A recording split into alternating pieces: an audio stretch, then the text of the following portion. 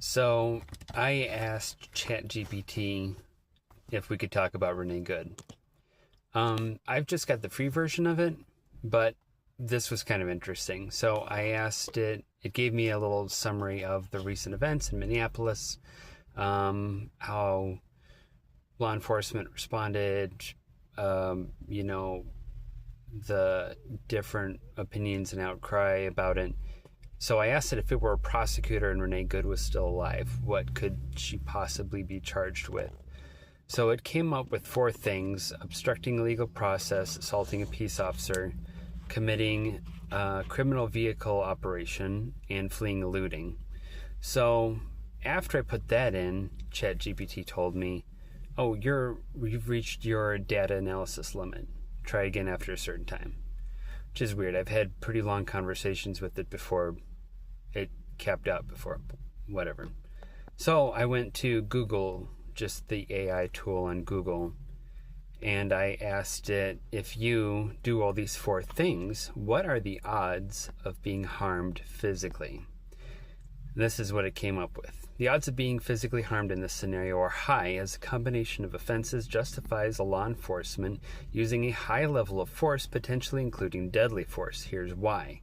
Severity of the crimes, the actions you listed, especially assaulting a peace officer and committing criminal vehicle operation fleeing, are considered severe felonies, often involving an imminent threat to the safety of others and the public. Use of force justification. Law enforcement use of force policies are guided by the principle of objective reasonableness in light of the circumstances. Key factors that justify a higher degree of force include whether the subject poses an imminent threat to the safety of officers or others, whether the subject is actively resisting arrest or attempting to evade arrest by flight. Deadly force justification. Officers may use deadly force to stop a fleeing subject when they have probable cause to believe the individual has committed a felony involving the infliction or threatened infliction of great bodily harm or a death, and the officer reasonably believes there's an imminent risk to others if the individual is not immediately apprehended. Your listed actions meet these criteria in many jurisdictions. Inherently dangerous situation.